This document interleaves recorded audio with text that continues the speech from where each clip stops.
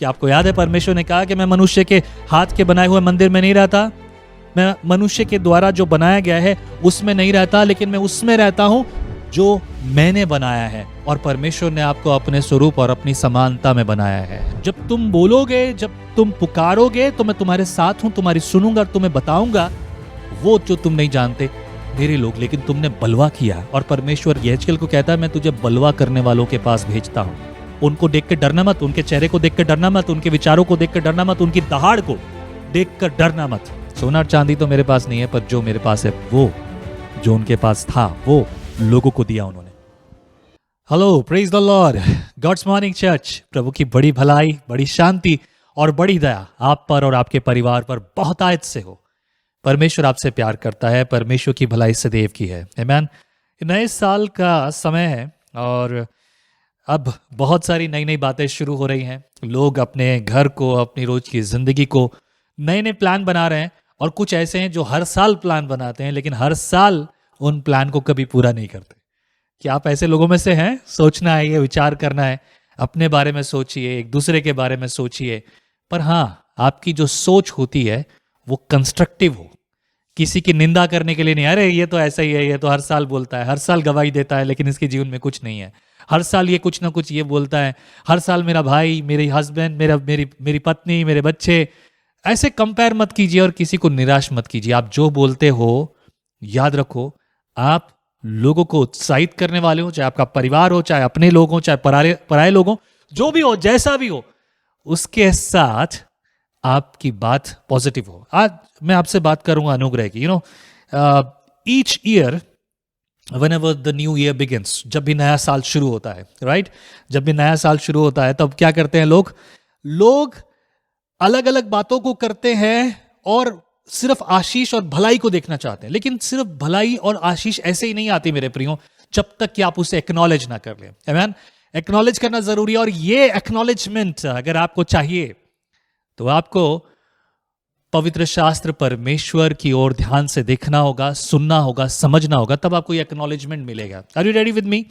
चलिए, आज हम बात करेंगे अनुग्रह की। लेकिन ये अनुग्रह क्या है? Of course new year begins, right, नया साल शुरू हो रहा है, तो अनुग्रह चाहिए और बड़ी आशीषें चाहिए, वो चाहिए जो परमेश्वर दे। ऐसी बातें कोई नहीं सुनना चाहता जो किसी के दिल को किसी और की तरह, या फिर उसको ये सोचने पे मजबूर करे कि भाई कैसी जिंदगी जी है, कैसी जिंदगी चल रही है। ऐसा कोई नहीं सोचना चाहता। एवरीवन वांट्स ब्लेसिंग्स, और ज्यादा आशीषें, और ज्यादा धन, और ज्यादा कमाई, और ज्यादा बड़ी बड़ी बातें। मेरे प्रियो, अगर आपको याद हो तो परमेश्वर के वचन में क्या लिखा है? साफ साफ लिखा है कि पहले तू उसके धर्म और राज्य की खोज कर, तो बाकी सब तुझे अपने आप मिल जाएगा। ये धर्म और राज्य की खोज में ना लोग बहुत ज्यादा खो जाते हैं, उनको समझ नहीं आता और वो रुक जाते हैं, बिखर जाते हैं, नहीं प्राप्त करते।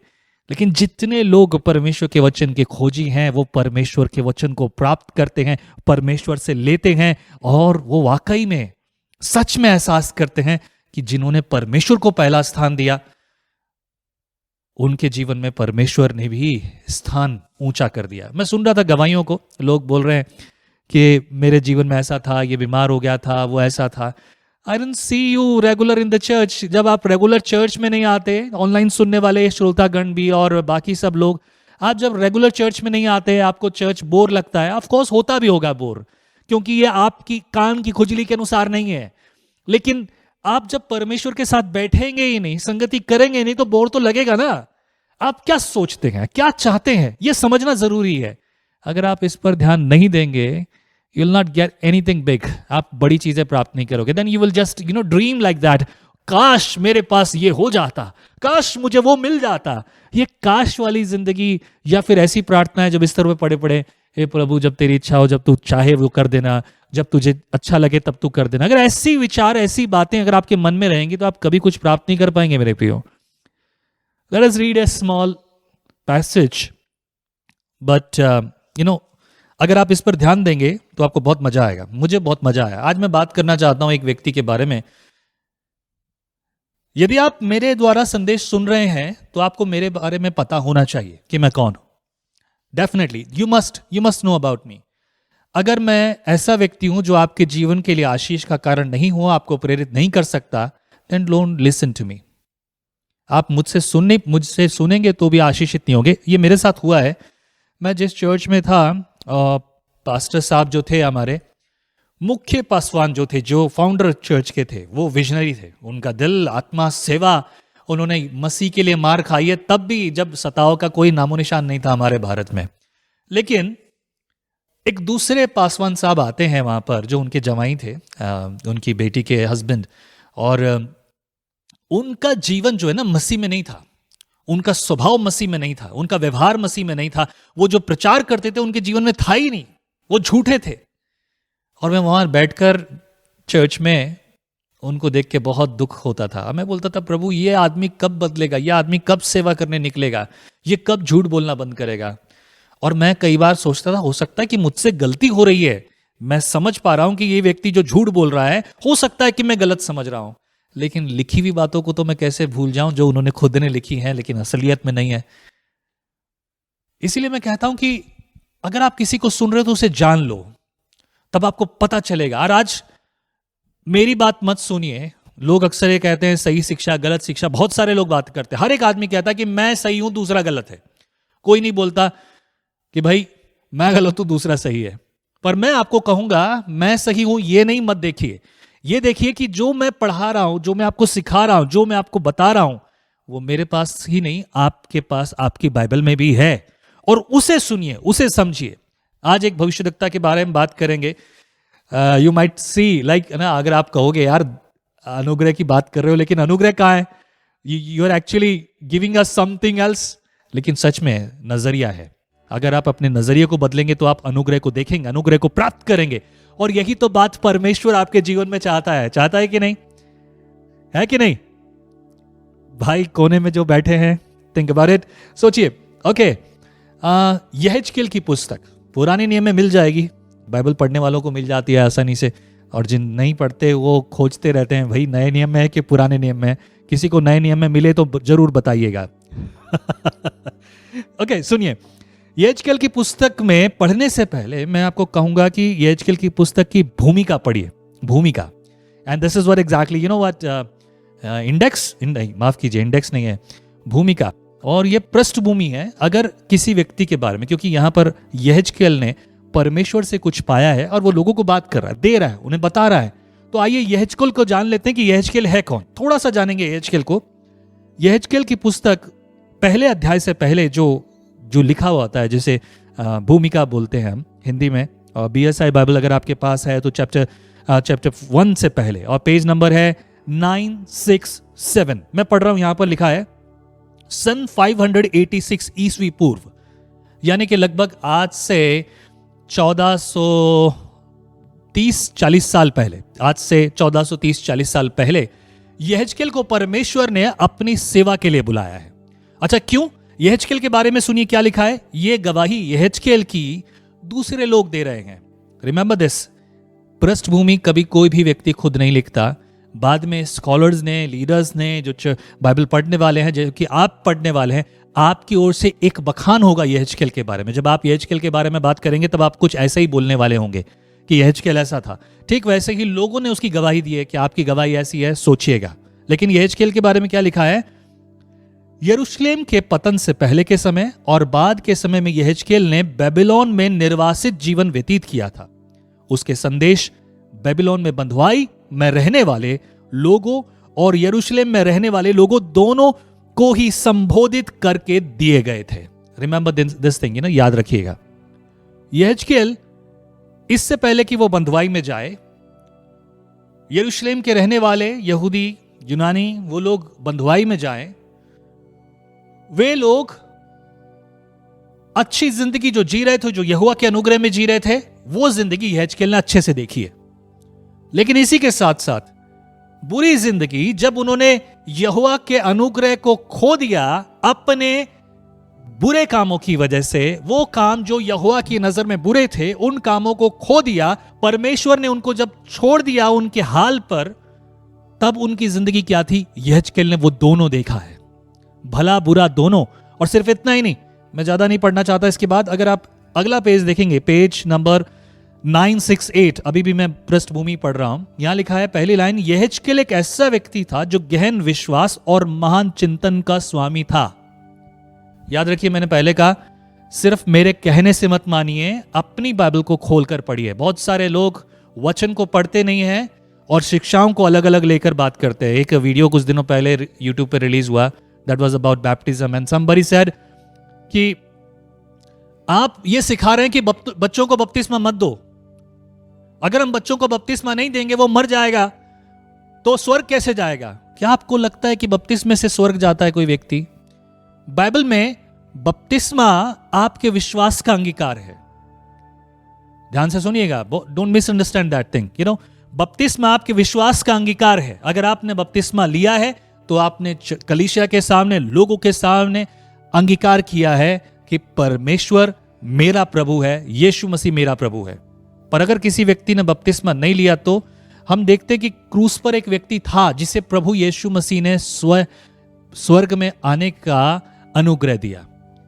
पर क्या आपको और मुझे मिलेगा? नहीं, लेना चाहिए बपतिस्मा। लेकिन यही बात अगर आप पहला कुरिन्थियों की पुस्तक को देखेंगे, जब प्रभु बोझ हम लेते हैं, जो पैसेज हम पढ़ते हैं, वहां साफ साफ लिखा है, कोई जो खाते पीते समय प्रभु की देह को न पहचाने, क्योंकि बपतिस्मा लेने वाला रोटी खाएगा, राइट? वो प्रभु भोज में शामिल होता है, और बपतिस्मा लिए बिना कोई उसमें शामिल हो, ऐसे हम इजाजत नहीं देते। कोई भी चर्च इजाजत नहीं देता। जो इजाजत देता है वो वचन के सिद्धांतों के खिलाफ जाता है। तो सोचो, बपतिस्मा लेकर जो रोटी में, जो वो प्याले में जो मसीह ने दिया, जिसकी आज्ञा हमें दी, उसमें शामिल होता है, तो वो अपने खाने से और पीने से अपने ऊपर दंड लाता है, क्योंकि वो उसे पहचानता नहीं है। ये लहू क्यों बहाया गया, यीशु का प्राण क्यों दिया गया, अगर कोई नहीं पहचानता। बच्चे क्या ये एक्नॉलेज करते हैं? ये हमें समझना होगा। अगर बहुत से बच्चे ये कह देते हैं, मेरे यहां भी कुछ ऐसे लोग थे जो 16-17 साल की उम्र में, जिन्होंने कहा कि नहीं प्रभु, मैं प्रभु पर विश्वास करता हूं और मैं बपतिस्मा लेना चाहता हूं। ये परमेश्वर की मर्जी है और उसके बीच के व्यक्तिगत रिश्ता है, उसने अंगीकार किया। But what do you think about the infant? एक छोटा बच्चा, क्या वो समझता है और उसे बपतिस्मा देना? और उनका एग्जाम्पल उनका क्या है? जब पौलुस और सीलास बंदी गृह में थे, जब उन्होंने सुना, उनके जब बंधन खुल पड़े, तो जेलर ने और पूरे परिवार ने जाके बैप्टिज्म लिया। उनमें बच्चे भी थे। लिखा तो नहीं है, हम मान सकते हैं बच्चे होंगे, पर क्या आपको वाकई में लगता है क्या इस वजह से बच्चों को भी बपतिस्मा देना चाहिए? और अगर यह बात है, तो क्या यह और बड़ी बात नहीं है कि हम खाने और पीने से पहले ये जान ले कि यीशु का लहू और यीशु की देह हमारे लिए क्यों तोड़ी गई? ये बात जानना जरूरी है ना? वेल, इसीलिए मैं कहता हूं कि बात सिर्फ मेरी ना समझे। ये पवित्र शास्त्र ने कहा है, ये मेरी आज्ञा नहीं है, मेरी शिक्षा नहीं है। पवित्र शास्त्र भी कहता है, हर एक सिखाने वाले की शिक्षा पर ध्यान दो, मनन लगाओ, चिंतन करो। और ये चिंतन करने के लिए पता क्या करना होगा? जो लोग करते नहीं है, सबको फास्ट फूड चाहिए, पास्टर जी प्रचार कर दो, हम मान लेंगे आपकी बात। गलत करते हैं आप।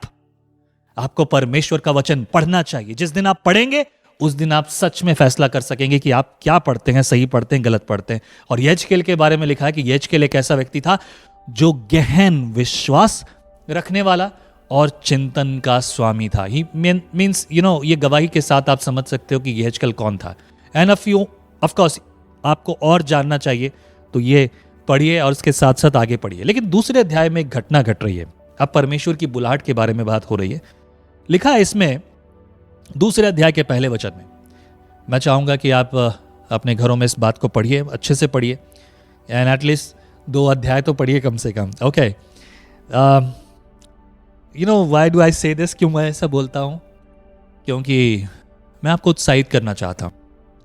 चर्च में आपने उत्साह प्राप्त किया, and you say that, oh lord, आज से मैं बाइबल पढ़ूंगा, प्रभु मैं आज से ये करूंगा, प्रभु मैं आज से करूंगा, मैंने गलती की, मैंने नहीं पढ़ा और अब मैं पढ़ना चाहता हूं और मैं और पढ़ूंगा। पवित्र आत्मा मेरी मदद करे, परमेश्वर मेरी मदद करे, मैं तेरे वचन को और समझूं, तेरी उपस्थिति को महसूस करूं। लेकिन चर्च के गेट से बाहर निकलते ही क्या होता है?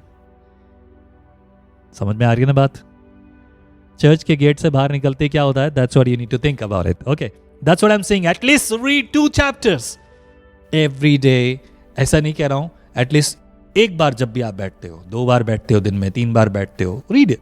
ओके, सुनिए क्या लिखा है दूसरे अध्याय के पहले वचन में। उसने मुझसे कहा, यहेजकेल कह रहा है, उसने मुझसे कहा। ये कौन है? उसने कौन है? ये यहोवा परमेश्वर। लिखा है, हे मनुष्य के संतान, अपने पांव के बल खड़ा हो और मैं तुझसे बातें करूंगा। ये यहोवा परमेश्वर ने कहा है, अपने पांव के बल खड़ा हो। सिर्फ खड़े होने के लिए कहा, पर क्या वो खड़ा हुआ? सुनिएगा ध्यान से। लिखा है आगे दूसरे वचन में, जैसे ही उसने मुझसे यह कहा त्यों ही आत्मा ने मुझ में समाकर मुझे पांव के बल खड़ा कर दिया, और जो मुझसे बातें करता था मैंने उसकी सुनी। और सुने में क्या कहा? उसने मुझसे कहा, हे मनुष्य के संतान, मैं तुझे इजराइलियों के पास अर्थात बलवा करने वाली जाति के पास भेजता हूं, जिन्होंने मेरे विरुद्ध बलवा किया है।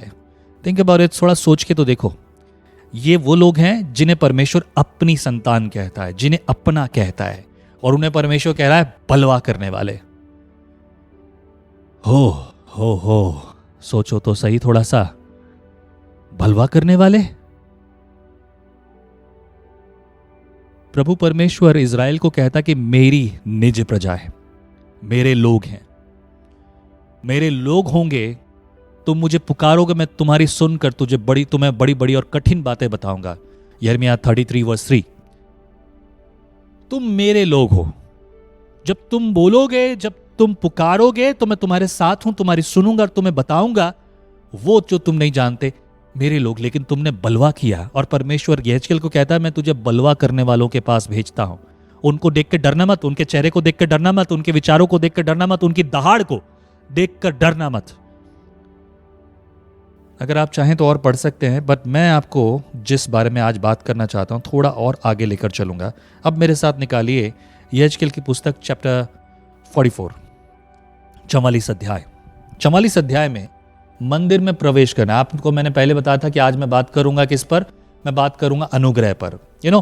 पीपल लॉट ऑफ टाइम, बहुत बार, बहुत सारे समयों में क्या करते हैं लोग? अनुग्रह तो प्राप्त करते हैं, लेकिन अनुग्रह को एहसास नहीं करते, उसके खिलाफ बोलते हैं। अनुग्रह हुआ, लेकिन फिर भी अनुग्रह को एक्नॉलेज नहीं करते, धन्यवादित नहीं होते। उनके मन में आनंद नहीं है, उनके दिल में आनंद नहीं है, और वो जो अनुग्रह उनको मिला है, उस अनुग्रह को छोड़कर वो और ही दूसरे प्रकार के अनुग्रह को पुकारने लगते हैं। ऐसा है कि बहुत बार लोगों के पास सारी चीजें होती है, लेकिन उन चीजों के अलावा वो दूसरी चीजों के बारे में सोचने लगते हैं, और ये अनुग्रह की बात नहीं है मेरे प्रियो। ऐसा करके आप अपना अनुग्रह जो परमेश्वर की ओर से आपको मिला है वो खो देते हैं। अब निर्णय आप पर है कि आप क्या करेंगे। मैं कोशिश करूंगा कि आपको इस समझाने की कोशिश करूं। सुनिए ध्यान से। अनुग्रह देखिए, मंदिर में प्रवेश करने के नियम पर बात हो रही है। क्या हो रहा है? मंदिर में प्रवेश करने के 44 चैप्टर, 44 अध्याय, यहेजकेल की पुस्तक है ना, उसके 44 अध्याय में हम 5 वचन से पढ़ेंगे।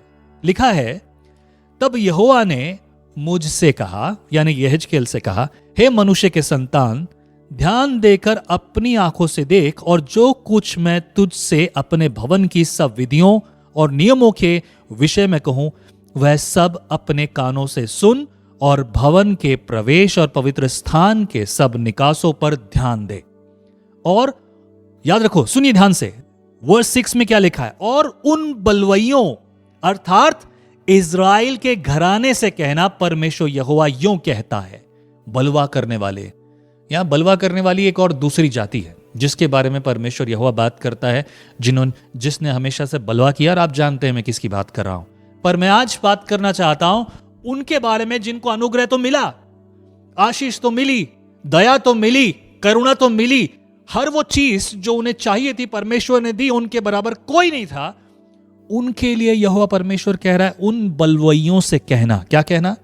लिखा है, उनसे कहना, परमेश्वर यहोवा यूं कहता है, हे इज़राइल के घराना, इज़राइल के घराने, सब घृणित कामों से अब हाथ उठा। इज़राइल के घराने से कहा गया है, तुम ऐसे काम कर रहे हो जो घृणित है। और यही वो जो कारण था कि इज़राइल ने परमेश्वर के अनुग्रह को खोकर बंधुआई में अपने आप को पाया। पता है क्या एक बड़ी बात क्या है? अगर आप इस बात को पढ़ें, मंदिर में प्रवेश करने का नियम क्या था, वजह क्या थी? 7 पद में अगर आप देखोगे तो 7 पद में लिखा है, जब तुम मेरा भोजन अर्थात चर्बी और लहू चढ़ाते थे, तब तुम बिराने लोगों को, जो मन और तन दोनों के खतनाहीन थे, मेरे पवित्र स्थान में आने देते थे। तुमने मेरे पवित्र स्थान की जो व्यवस्थाएं थी, जो मैंने तुम्हें नियम दिए कि मेरे मंदिर में जब तुम आओ तब तुम किस रीति से आना, तुम्हारी आराधना कैसी होनी चाहिए, तुम्हारी प्रार्थना कैसी होनी चाहिए, तुम्हें किस रीति से आना चाहिए। जो बातें मैंने तुम्हें बताई थी, जो बातें मैंने तुम्हें दिखाई थी, जो बातें मूसा के द्वारा मैंने तुम्हें दी थी, उनको तुमने तोड़ा है। तुमने बीराने लोगों को मंदिर में घुसने दिया है। अब सुनो अनुग्रह क्या है। अब आप कहोगे इसमें अनुग्रह क्या है? यही तो एक्नॉलेजमेंट की बात है मेरे प्रियो, ध्यान से सुनिएगा, है ना। बहुत आसान है। अगर आपको कुछ समझ नहीं आता then you just go to the mobile and chit chat, that's what, shut down your mobile. और जो ऑनलाइन देख रहे हैं तो आप अपना मोबाइल में ही देख रहे होंगे, यू नो, नोटिफिकेशंस वगैरह आपको आते हैं, then that's goes in different way. ध्यान से सुनिए, यहां पर यहेजकेल को परमेश्वर ने भेजा है इज़राइल के पास, उसे बताने के लिए कि तुमने मेरे विरुद्ध बलवा किया है। और बलवा करने का कारण क्या है? कि तुमने मेरे मंदिर में बीराने लोगों को घुसने दिया। बीराने कौन है? जो तन के और मन के खतना रहित हैं। और खतना क्या होता है आप सब जानते हैं, है ना। अगर नहीं जानते तो जरूर आकर बात करें, मुझे यकीन है कि पूरी कलीसिया इस बात को जानती कि खतना क्या होता है। लेकिन याद रखिए, परमेश्वर केवल उन लोगों को अपने मंदिर में अपने पास आने की अनुमति देता है जो परमेश्वर का कहलाता है। और पुराने नियम में शरीर पर चिन्ह लिया जाता था जो कि खतना कहलाता था, और वो चिन्ह यहोवा के चुने हुए लोगों का उन चुने हुए लोगों के समूह का एक झुंड हुआ करता था। लेकिन अब सुनिए ध्यान से, नए नियम में परमेश्वर ने हम पर ऐसा अनुग्रह किया कि अब हमें शरीर पर चिन्ह लेने की जरूरत नहीं है, परंतु आत्मा पे चिन्ह लेने की जरूरत है। और वो हमें पवित्र आत्मा देता है, परमेश्वर पवित्र आत्मा देता है। हालेलुया। जब कभी आपके चर्च में कोई आता है ना, पता है क्या, वो ये नहीं कह सकता हे अब्बा पिता मेरी प्रार्थना को सुन। आप कहते हो कि नहीं? कहते हो कि नहीं? हे अब्बा पिता कहने का आपके पास ये अधिकार है। लेकिन एक नया व्यक्ति जब चर्च में आता है वो कभी नहीं बोल सकता हे अब्बा पिता, क्योंकि उसके पास ये अधिकार नहीं है। उसने अभी तक यीशु को अपना प्रभु करके स्वीकार नहीं किया। यहोवा परमेश्वर को पिता कहकर नहीं पुकार सकता, क्योंकि उसके हृदय में ये हियाव नहीं है, ये अधिकार नहीं है, ये बल उसके पास नहीं है। आपके पास ये अधिकार लोगों ने खो दिया, पर आपके पास ये अधिकार है। और अब आप मंदिर में आते हो, अब आप बीराने नहीं हो, आप परमेश्वर की आराधना करने के लिए आते हो। आप खुद परमेश्वर के मंदिर हो जिसमें प्रभु रहता है। हालेलुया। क्या आपको याद है परमेश्वर ने कहा कि मैं मनुष्य के हाथ के बनाए हुए मंदिर में नहीं रहता, मैं मनुष्य के द्वारा जो बनाया गया है उसमें नहीं रहता, लेकिन मैं उसमें रहता हूं जो मैंने बनाया है। और परमेश्वर ने आपको अपने स्वरूप और अपनी समानता में बनाया है। हाँ, है ना? बनाया कि नहीं बनाया? आमीन, hallelujah. Do you happy for this? क्या आप इसके लिए खुश हैं? देखो, प्रभु कह रहा है कि बीराने लोगों को मेरे मंदिर में मत आने देना, क्योंकि उन्होंने खतना नहीं कराया। कभी कभी लोगों को लगता है कि पुराने नियम में परमेश्वर बहुत कठोर था और नए नियम में परमेश्वर ने अपनी बात बदल दी। हम बात कर रहे हैं यहोवा परमेश्वर की, जो कभी बदलता नहीं। अगर आप इसी बात को अच्छी रीति से समझना चाहते हैं, 44 वर्स 9 इसी के नीचे लिखा है, इसलिए परमेश्वर यहोवा यूं कहता है, इज़राइल के बीच जितने अन्य लोग हों जो मन और तन दोनों के खतनाहीन हैं, उनमें से कोई मेरे पवित्र स्थान में ना आने पाए। मतलब इज़राइल में वो लोग भी आ सकते हैं जो इज़राइली नहीं है, जन्म से नहीं है, खून से नहीं है, वो लोग भी आ सकते हैं, लेकिन वो तन और मन के खतना किए हुए होने चाहिए। आज का समय पता है क्या है आपको? ये जो समय है ना, ये जो दिल, ये समय, ये सारी बातें, ये उन लोगों के लिए है जो खतना किए हुए हैं। आपका खतना मन से है मेरे प्रियो, शरीर से नहीं है।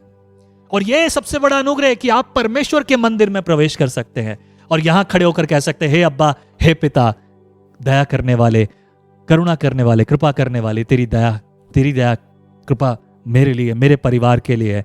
Whenever you ask the Lord, प्रभु से आप जब भी मांगते हो प्रभु आपको देता है। Isn't it? है ना? अंगीकार कीजिए। Yes, exactly. हाँ, amen. You know, not only this, ये अनुग्रह सिर्फ इतना नहीं है मेरे प्रियो। जितने लोग अनुग्रह को समझते हैं ना, वो अपने जीवन में बड़ी बड़ी बड़ी योजनाओं को परमेश्वर में पूरी होते देखते हैं। अभिलाषाएं दो प्रकार की होती हैं, भली और बुरी। अब ऐसी अभिलाषाएं जो आपको पाप की ओर ले जाती हैं, और ऐसी अभिलाषाएं जो आपको महिमा की ओर लेकर जाती हैं।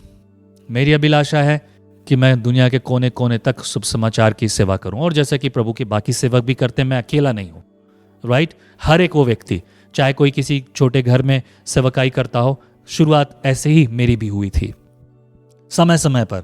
आई डिडंट थॉट अबाउट कि ये होगा वो होगा। आज अलग अलग जगहों पर परमेश्वर इस्तेमाल करता है। But let me tell you something, remember this carefully.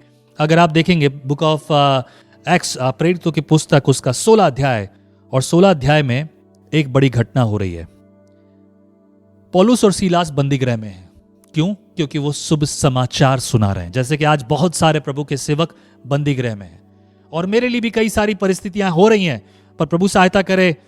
I have plans and moves here and there. मैं जो कुछ ना कुछ कर रहा हूं ताकि मैं लगातार अपना काम कर सकूं। और पता है क्या?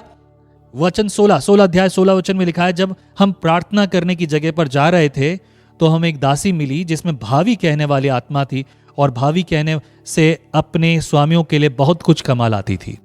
और पौलुस और सीलास के ऊपर वो रोज उनको परेशान करती, आते जाते, देखो वो देखो परमेश्वर के दास जा रहे हैं जो शुभ समाचार सुनाते हैं, जिनके जीवन में चिन्ह और चमत्कार है, जिनके जीवन में यीशु है, जिनके जीवन में अनुग्रह है, जिनके जीवन में दया है। वो उसके पीछे न जाने क्या क्या बोल बोल के उनको तंग करती थी।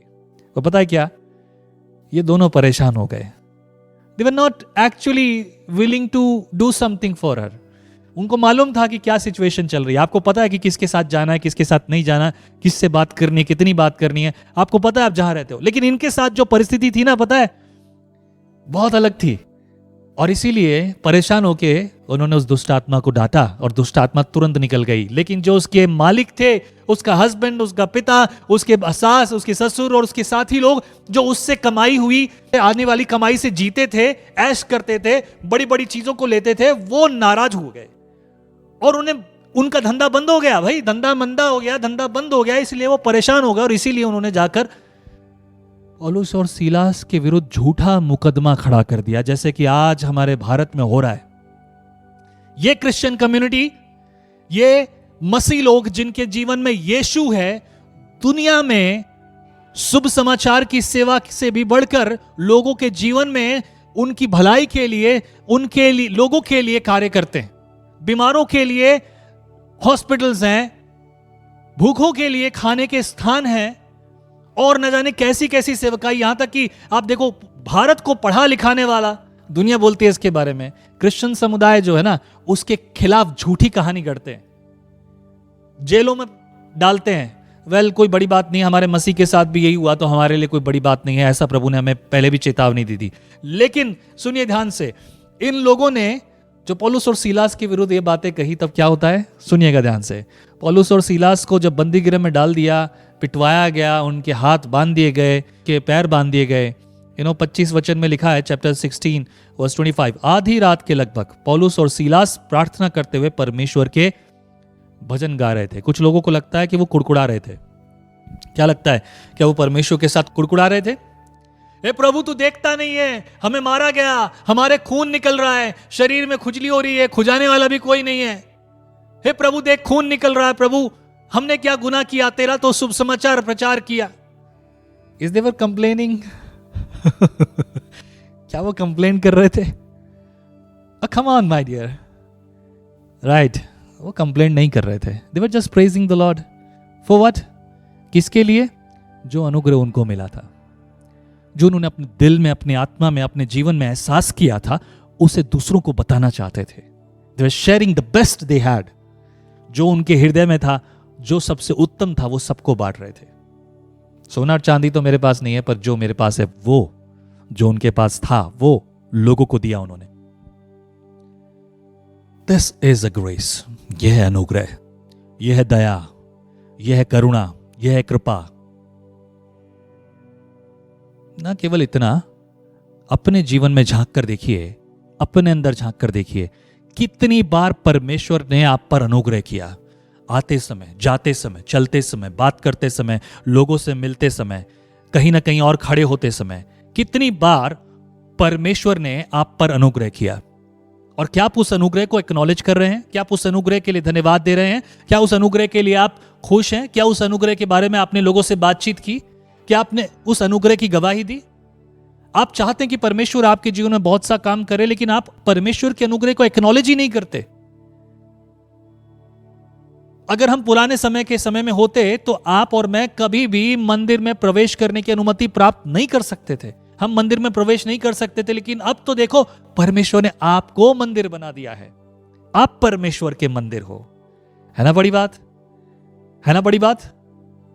यह परमेश्वर के मंदिर का एक अनुग्रह मेरे प्रियो। आप परमेश्वर के मंदिर हैं। God has blessed you abundantly। कितनी बड़ी आशीष परमेश्वर ने दी है। Are you happy for this? अपने जिंदगी में झांक कर देखिए। ऑनलाइन सुनने वाले अपनी जिंदगी में झांक कर देखिए।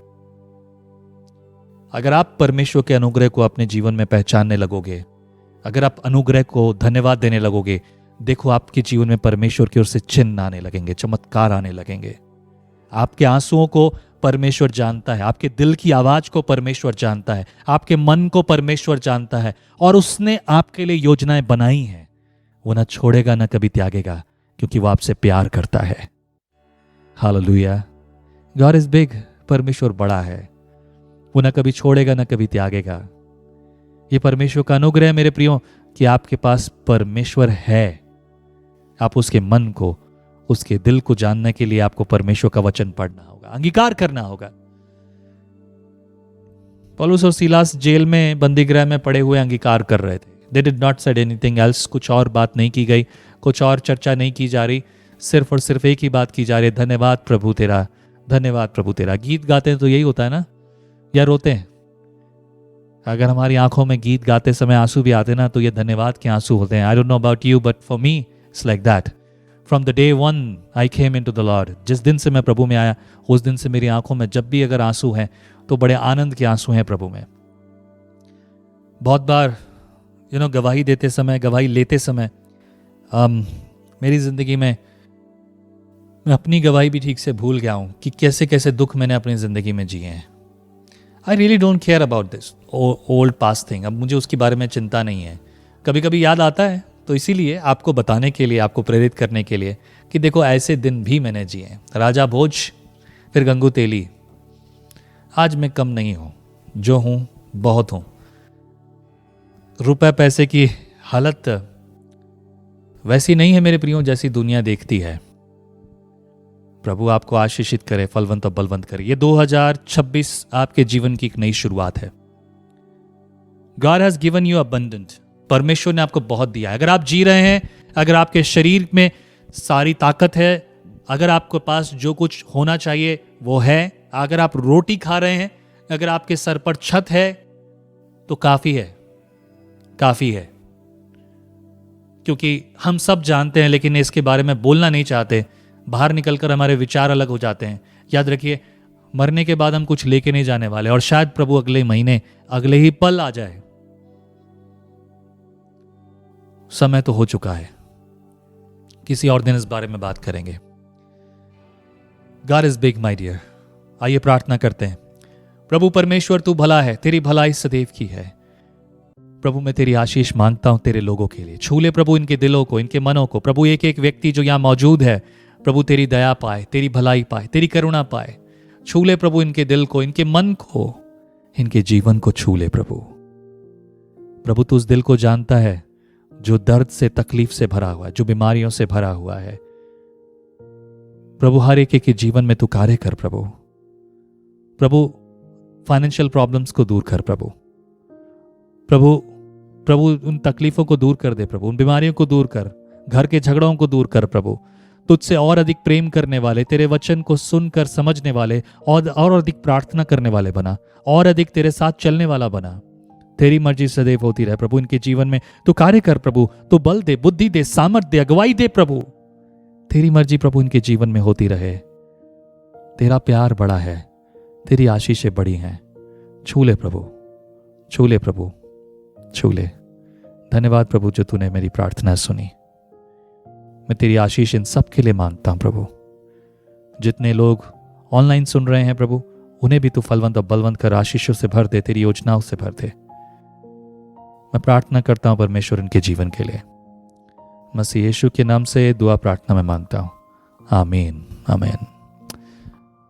Amen। May the blessing of God come upon you। ये 2026 परमेश्वर की आशीषों से भरा है आपके लिए। लोग आशीषें ढूंढने जाते हैं मेरे प्रियो, लेकिन आशीषें प्रभु ने दे दी हैं, और जो दिया है उसका एक्नॉलेज करना ज़रूरी है। एक ऐसा हो कि एक हाथ में लड्डू है और दूसरे हाथ में भी लड्डू मांगने जाओ, लड्डू जो कहाँ मिलेगा लड्डू, कहाँ मिलेगा लड्डू। अरे तेरे हाथ में जो है पहले उसके लिए तो धन्यवाद है, थैंक यू वेरी मच। मतलब कैसा असंतुष्टि भरा जीवन है, एक हाथ में लड्डू लेके आदमी घूम रहा है और दूसरे हाथ में से लड्डू मांग रहा है, कोई दे दो मुझे लड्डू, कोई लड्डू दे दो। तेरे हाथ में लड्डू है, इसका क्या करेगा तू? नहीं ये भी खाऊंगा, मेरे को और चाहिए। पहले इसके लिए धन्यवाद तो दे। आपको प्रभु ने सब दिया है, यकीन करें तो। मैं एक आखिरी गवाही आपके साथ शेयर करूंगा। मैं दापोड़ी स्टेशन पे उतरा, हाँ पुणे में दापोड़ी स्टेशन पे उतरा। रोज की तरह ऐसे कपड़े नहीं पहने थे, क्योंकि ज़्यादातर लोग मुझे ऐसे ही पहचानते हैं, है ना। मैंने जीन्स पहनी थी। ये जीन्स मैंने खरीदी नहीं है मेरे प्रियो, खरीद सकता हूँ पर खरीदी नहीं है, किसी की दी हुई है। मैं क्यों बता रहा हूँ वो बाद में बताऊंगा, सुनिए। हुडी पहन रखी थी मैंने, वाइट कलर की हुडी, एंड मैंने अपने कान में ईयरफोन लगा था, और विजनरी रेडियो का मोबाइल एप्लीकेशन शायद आप सबको और जो ऑनलाइन सुन रहे हैं उन्होंने डाउनलोड तो किया ही होगा। उसमें इंग्लिश चैनल में सुन रहा था, एंड आई वाज अलोन, मैं अकेला था।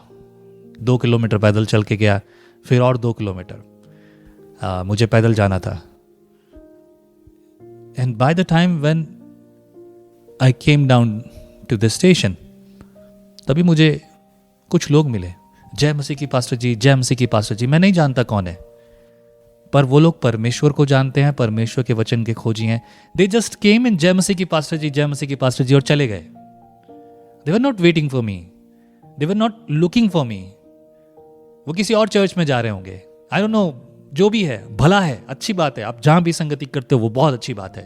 I am not calling you in this church, पर अगर आपके मन में जो भी बातें हैं परमेश्वर के सामने रखो। लेकिन पता है क्या, उस महिला ने मुझे 2 मिनट की वॉक में एक बात बताई। बोले पास्टर जी 3 महीने तक मैं नौकरी ढूंढ रही थी, नौकरी ढूंढती गई, लोगों से मांग रही थी। बोले कि मुझे बर्तन धोने तक का तो काम दे दो कम से कम। लेकिन लोगों ने बर्तन धोने तक का भी काम नहीं दिया उसे लगा कि मेरी जिंदगी बेकार है, मैं बर्तन धोने लायक भी नहीं हूं। फाइनेंशियली बहुत वीक, परेशान, दुखी। उसने इस बात को लेकर रोना धोना नहीं मचाया। ये उसकी गवाही की वजह से मैं उस 2 मिनट में जो मैं सुन सका मैं आपको बता रहा हूं। और फिर उसने कहा कि मैंने भाजी सेंटर शुरू किया। यहाँ पूना में बहुत चलता है ना भाजी सेंटर, मैं देख रहा हूं। तो भाजी सेंटर शुरू किया, और भाजी सेंटर में ये वो महिला है जो चर्च भी ठीक से जा नहीं सकती, क्योंकि परिवार के लोग उसे जाने नहीं देना चाहते। और वो बहुत दुखी है। वो अपनी बेटी को पाल रही है, अपने घर की देखभाल कर रही है, अपने हस्बैंड, अपने परिवार की देखभाल कर रही है, और मेहनत मजदूरी कर रही है, और जल्दी जल्दी दौड़ के जा रही है क्योंकि उसे चर्च जाना है। अब पता है उसने क्या कहा, मैंने एक भाजी सेंटर शुरू किया, ऐसे रोटी बनाना शुरू किया, सब्जी बनाना शुरू किया, और जब लोगों को भाजी सब्जी बेच, आज ये समय है कि हमारे यहाँ बहुत सारे लोग आते हैं। अब मैं दूसरों को नौकरी दे रही हूँ। Hallelujah. See the grace, this testimony is this first, 1 तारीख की बात है। आपके जीवन में भी मेरे प्रियो गवाही होंगी। आपके पास अनुग्रह बहुत है, उस अनुग्रह के लिए धन्यवाद दीजिए, जैसे कि पौलुस और सीलास जेल में दे रहे थे। और तब आप देखेंगे कि परमेश्वर आपको खड़ा करता है कि नहीं। हालेलुया। प्रभु आप सबके साथ हो। Amen. Be blessed in Christ. संगति करते रहो, प्रार्थना करते रहो, प्रभु मसीह के वचन को पढ़ते रहो।